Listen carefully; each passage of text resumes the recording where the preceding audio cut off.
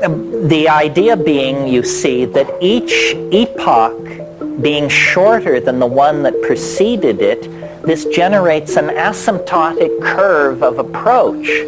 And it's become a cliche of our culture that time is speeding up.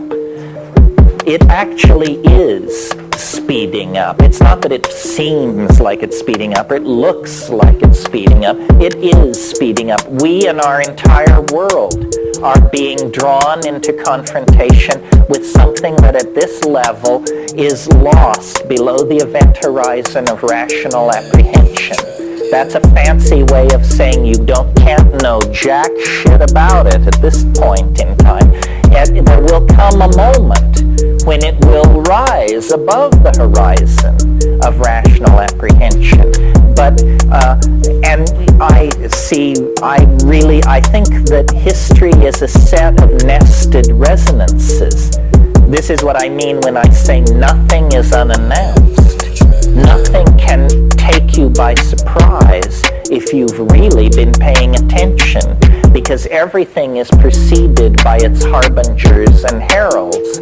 And we are living in an era now where there is a great deal of apocalyptic expectation, anticipation, and hysteria for several reasons. First of all, because Christianity just is hysterical in all times and places. Second of all, there's a built-in goose in the calendar because we're approaching a millennial year, and that always exacerbates this Christian thing outrageously because of the promise made, you know, amen, amen, I say to you, this generation shall not pass away before I return to, you know, clean your plow or whatever it is. And there is the physical evidence all around us that we are the witnesses to a planetary crisis that we cannot control or manage. I mean, it's very hard to believe that we could manage ourselves back into a steady state. I mean, yeah, the Jews are talking to the Arabs and they're trying to get things straightened out in South Africa, but what about the global population curve?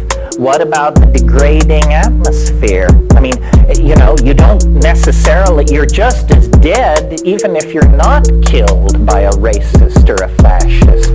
So we can get certain problems under control, but it seems certain problems are beyond our control. Also, there's another level to all this, which is when you take cores from the Greenland ice, or make side-ranging radar maps of the Canadian Shield, you discover that we are not the only force for disruption and chaos wandering around the universe looking for trouble. The universe is an incredibly chaotic and unstable place.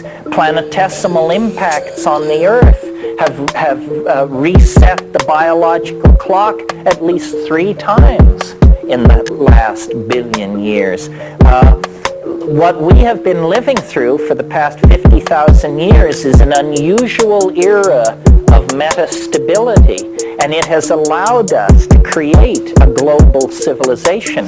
But we can't assume that we have 50,000 years of stability ahead of us, or even 100,000 years of stability ahead of us. And finally, you know, this curious resistance to the idea of the end of the world always amuses me, because maybe the world will end and maybe it won't end. But have you ever noticed that the end of your world is an absolute certainty? You're going to go into the yawning grave, and rather soon, I should suspect, and possibly sooner than you're prepared for. So quibbling over the end of other people's world seems like a philosophical argument compared to the certainty of your own finality. Yeah.